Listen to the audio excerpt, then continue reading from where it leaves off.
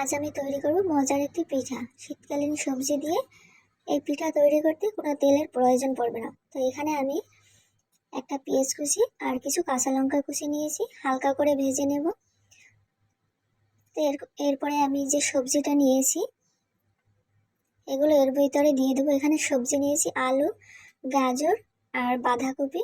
এবার আমি ভালোভাবে একটু নেড়ে চেড়ে নেব। এরপরে পরিমাণ মতো লবণ দিয়ে দিব।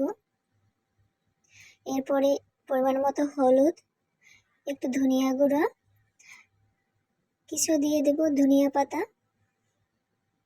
আর একটু গরম মশলার গুঁড়া। এরপরে আমি আরেকটু ভালোভাবে নাড়াচাড়া করে ভেজে নিয়ে নামিয়ে নিয়ে এখন আমি চালের গুঁড়োটা বয়েল করে নেব। এখানে আমি গরম জল করে নিয়েছি, এরপরে একটু লবণ দিয়েছি। লবণ দিয়ে এরপরে আমি চালের গুঁড়ো দিয়ে দিলাম আর দিয়ে দেবো কিছু আটা। তো এখন আমার ডোটা কিন্তু তৈরি হয়ে গেছে, এখন আমি নামিয়ে নেব। তো নামিয়ে নিয়ে ঠান্ডা করে আমি ডোটা রেডি করে নিয়েছি। তো এখন আমি পিঠাগুলো তৈরি করে নেব। সবার কাছে অনুরোধ থাকবে আমার এই ভিডিওটি না টেনে শেষ পর্যন্ত দেখবেন, লাইক কমেন্ট করে পাশে থাকবেন। তো আমি রুটির মতো করে বেলে নেব।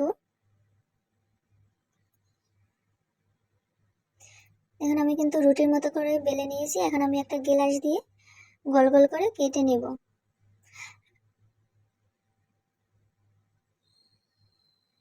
এখন আমি পুর হিসেবে সেই সবজি ভাজাগুলো দিয়ে দেবো, সামান্য একটু পরিমাণে অল্প অল্প। এরপরে আমি একটু লাগিয়ে দেব। এটা খুব ভালোভাবে লাগাতে হবে, নাহলে কিন্তু খুলে যাওয়ার সম্ভাবনা থাকে। এরপর আমি একটার সাথে একটা সেট করে দিব। এরপরে আমি মুড়ে নেব। এই পিঠাগুলো হলো গোলাপ পিঠা, খুব সহজে কিন্তু তৈরি করা যায়।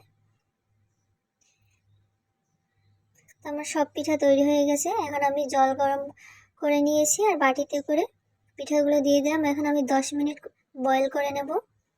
তো 10 মিনিট পরে এই যে ফিরে এসেছি, আমার পিঠাগুলো কিন্তু রেডি হয়ে গেছে। এভাবে সব পিঠাগুলো আমি বয়েল করে নেব।